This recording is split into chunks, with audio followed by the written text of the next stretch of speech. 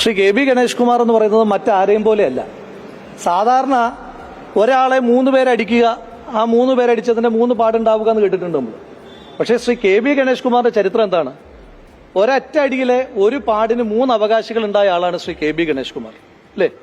സാധാരണ 3 അടി ഉണ്ടാകാറുണ്ട്. ഇത് ഒറ്റ അടിക്ക് 3 അവകാശികൾ ഉണ്ടായിട്ടുള്ള ആളാണ്. ആ അടിയുടെ പാടിന് 3 അവകാശികൾ ഉണ്ടായിട്ടുള്ള ആളാണ് ശ്രീ കെ ബി ഗണേഷ് കുമാർ.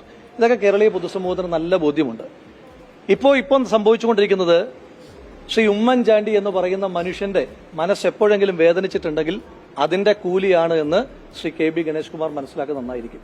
ഇനി ഗൗരവതരമായ ചോദ്യമുള്ളത്, ഈ സംസ്ഥാനം ഭരിക്കുന്ന സംസ്ഥാന സർക്കാർ ഒരു മെയിലിലൂടെ ഊരും പേരുമില്ലാത്ത, ആരുടേതാണെന്ന് പോലും അറിയാത്ത മെയിലിലൂടെ SIT രൂപീകരിച്ച് അന്വേഷണം നടത്തി ഒരു ഹോട്ടൽ വളഞ്ഞ് ജനപ്രതിനിധിയെ അറസ്റ്റ് ചെയ്യാൻ താൽപര്യപ്പെടുന്ന കേരള പോലീസിന് നേതൃത്വം കൊടുക്കുന്ന കേരളത്തിന്റെ മുഖ്യമന്ത്രി ശ്രീ പിണറായി വിജയനോട് ചോദിക്കാനായിട്ടുള്ളത്, അങ്ങയുടെ ക്ലിഫ് ഹൌസിനോട് വളരെ അടുത്ത് താമസിക്കുന്ന ശ്രീ കെ ബി ഗണേഷ് കുമാറിനെ അറസ്റ്റ് ചെയ്യാൻ അങ്ങയുടെ പോലീസ് എപ്പോഴാണ് പുറപ്പെടുക?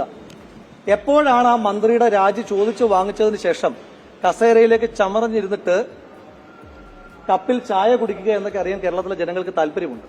ഇതിനകത്ത് വളരെ ഗൗരവതരമായ വിഷയമുണ്ട്. കേരളത്തിന്റെ പൊതുസമൂഹം ചോദിക്കുന്നുണ്ട്. കെ ബി ഗണേഷ് കുമാറിനോടുള്ള പ്രത്യക്ഷത്തിലുള്ള ചോദ്യം അദ്ദേഹം മറുപടി പറഞ്ഞതിന് ശേഷം ബാക്കി ഞാൻ പറയാം.